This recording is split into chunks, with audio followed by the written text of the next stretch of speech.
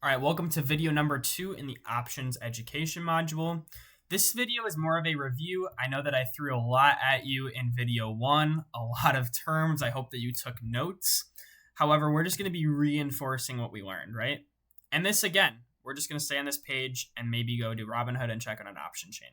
So we mentioned that options trade and they represent 100 shares, right? So if I go to, again, SPY to keep things like the first video, you can see that if we're buying a call for something not today, if we're buying a call, it trades in increments, or not, I shouldn't say increments, a multiplier of 100, right? So it multiplies this per share price. So 70, right? That makes sense.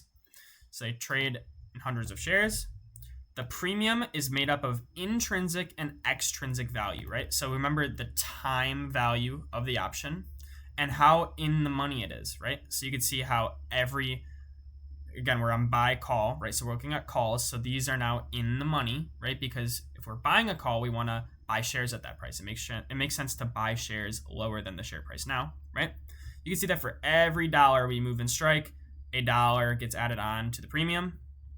And for here, these are out of the money, yet they still have worth. And that is because of the time value of the option, right? Because if I go out here, these are way out of the money, right? Even if I go to, $800 a share, it is still trading for 170 or 187 bucks, right?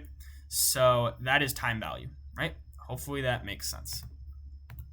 We have moneyness, right? So we just said in the money, out of the money.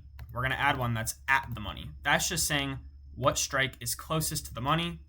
In this case, it's actually split in the middle, or I'm sorry, no, it's favoring the 665. So the 665 is at the money. That makes sense because it's $1.50 to get to 665 and $3.50 to get here. So this is the at the money call. How price moves, underlying stock, time volatility. We mentioned that. And that is pretty much all there is for this module. It was a little bit of a break and a little bit of a review.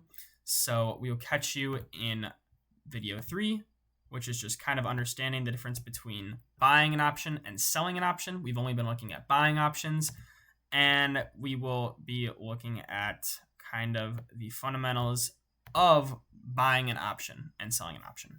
So liquidity. So we'll see you in video 3.